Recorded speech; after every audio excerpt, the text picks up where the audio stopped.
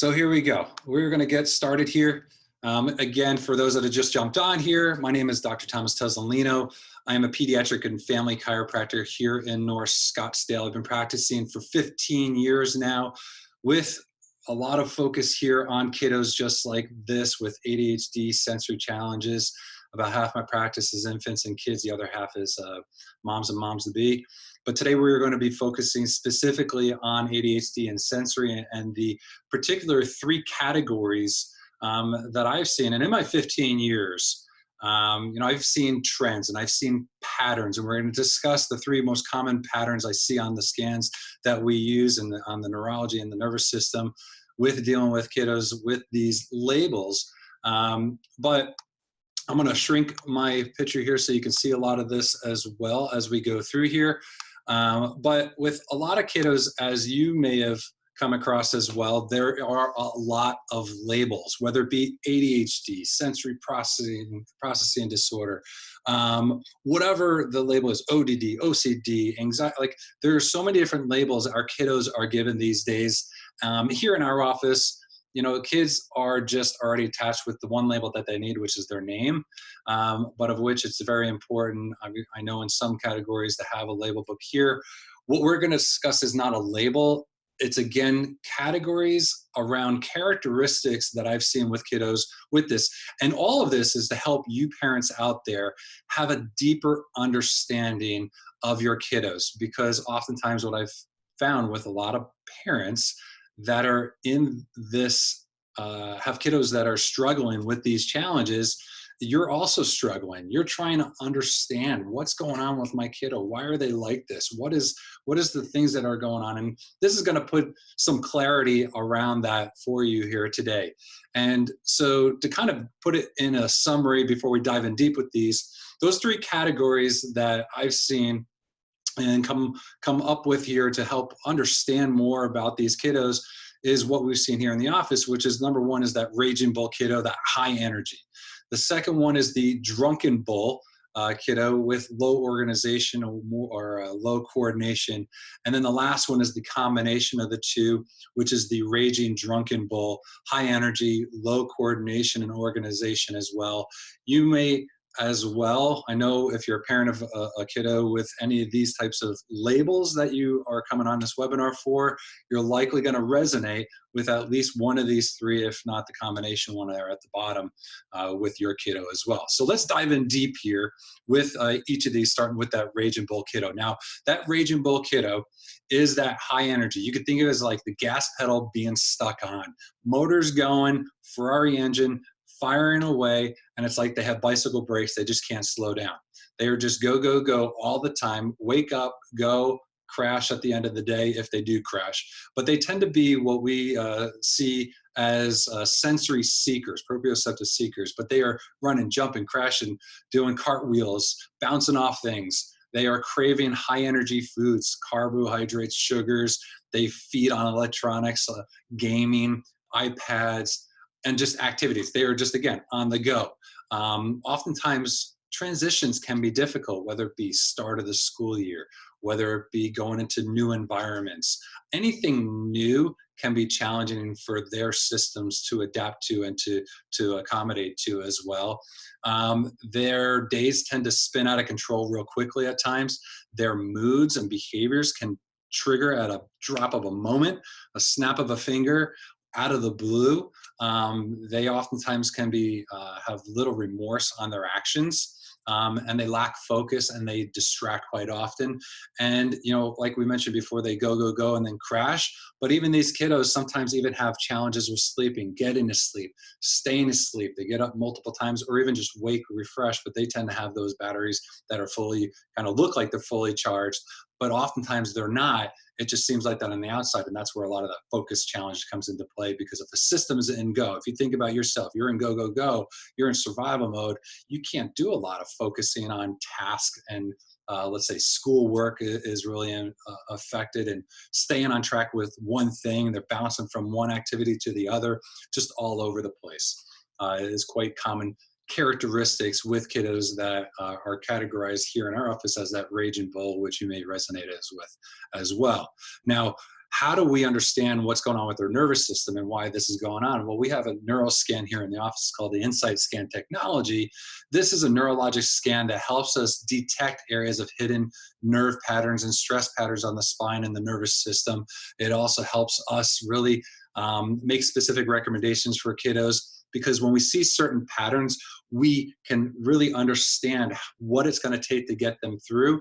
And also, too, we get a baseline of where they are and we can track progress as well. But common scan outcomes when we see, let's say, this raging bull kiddo, we see high energy, which is what you see there is those colors. Green is a mild, blue is moderate, red is the severe areas of these hidden stress patterns. And I say hidden because these don't mean they're going to have pain or discomfort in these areas.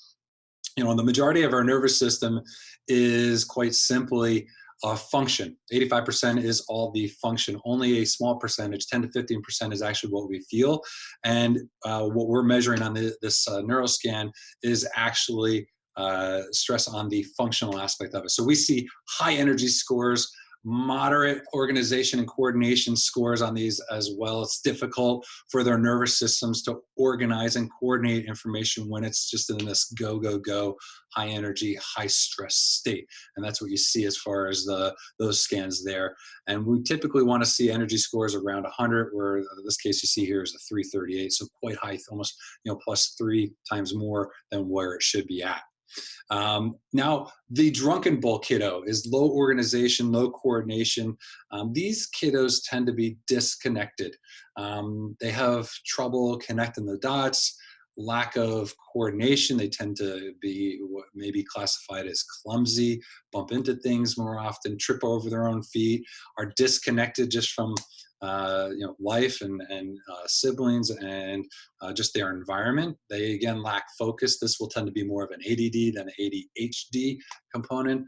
They are sensory avoiders, so they don't like, let's say, noisy environments. They don't like sometimes even bright lights. They don't like tags on their clothes, stitching on their pants or socks.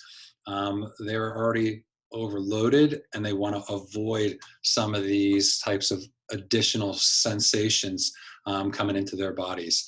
And they tend to be lower tone, meaning kind of softer, not as stiff, where the raging bull kiddo tends to be more stiff, kind of rigid. These kiddos are just really more softer. As far as when we're assessing these kiddos, we tend to find more of the lower tone with them as well.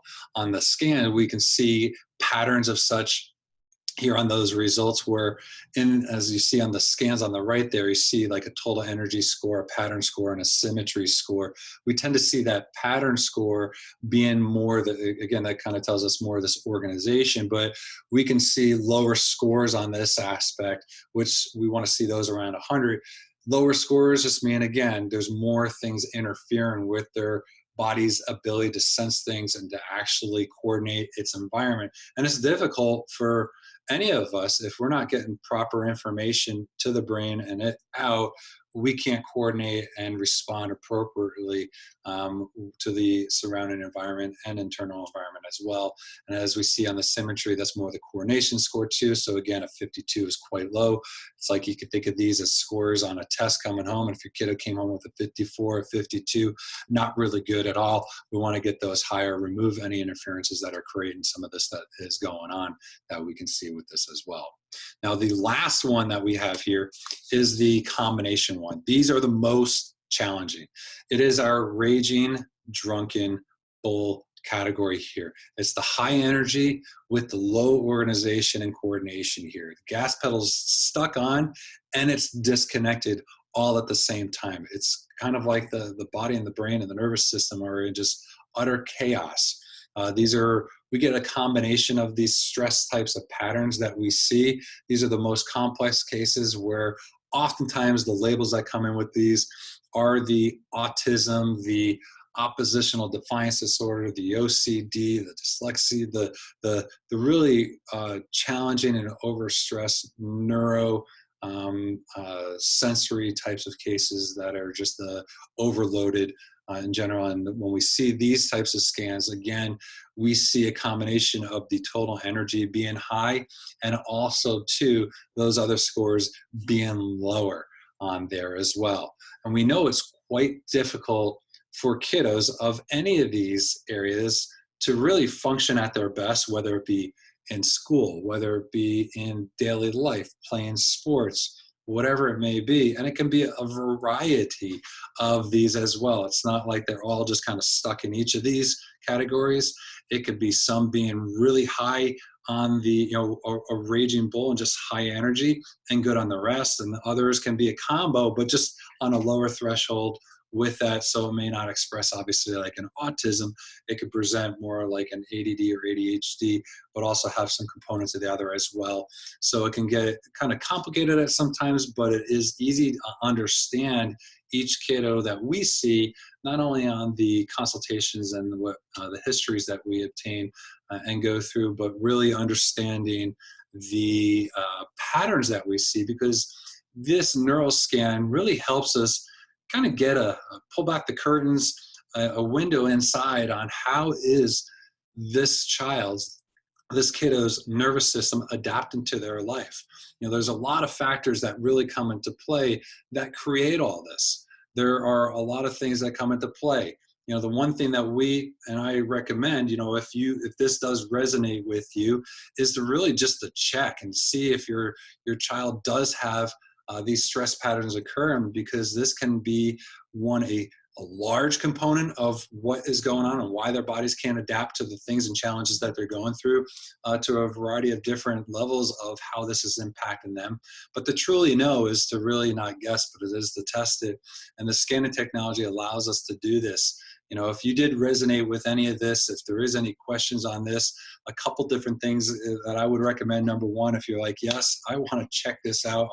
This answers a lot of things, even for my kiddo, and I want to find out more. Just call us here at the office. Number's 480-588-5111.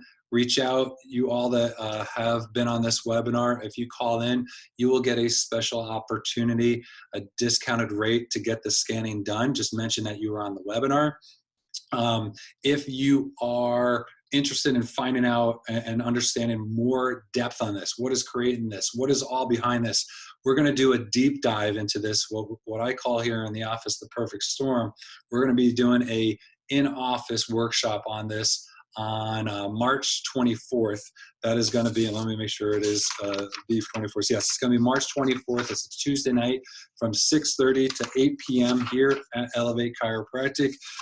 We will be doing a deep dive into the neurology, the science, the studies, all the things that help you parents out there understand more about your child, what they're going through, why it's impacting your family the way it is, why it's impacting them, and not only understanding and having awareness around that, but then again, what you can do to help as far as make tomorrow a better day as well.